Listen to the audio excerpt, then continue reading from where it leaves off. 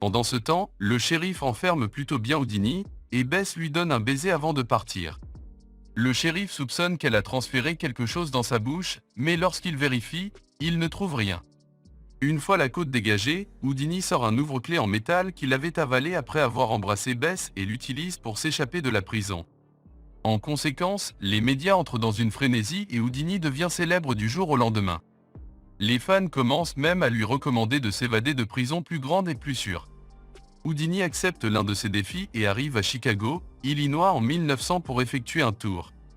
Cette fois, il est enveloppé de chaînes métalliques sur tout le corps et même sa bouche est recouverte d'une sangle, soupçonnant que Bess lui a passé la clé plus tôt, tout en s'embrassant. Cependant, à la consternation des gardiens de prison, seulement après 5 minutes d'enfermement, Houdini s'échappe de la prison sans laisser aucune trace de lui.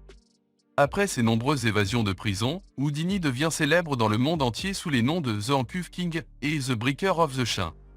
Un jour, on peut voir Houdini acheter des accessoires. Dans une boutique, il rencontre le propriétaire, W, qui semble très bien le connaître et prétend également avoir conçu la plupart des articles de la boutique. Houdini est vraiment impressionné par le travail de Jim, y compris celui dans lequel l'interprète doit s'échapper après avoir été suspendu la tête en bas dans une boîte remplie d'eau. Après quelques jours, Houdini et Bess rendent visite à Jim dans son atelier, où il a créé un modèle pour le numéro du réservoir d'eau.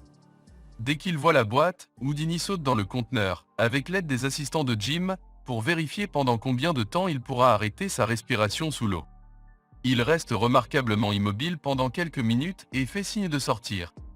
Mais malheureusement, lorsque Jim et son équipe tentent de sortir Houdini, la boîte rectangulaire au-dessus du conteneur se coince, horrifiant tout le monde.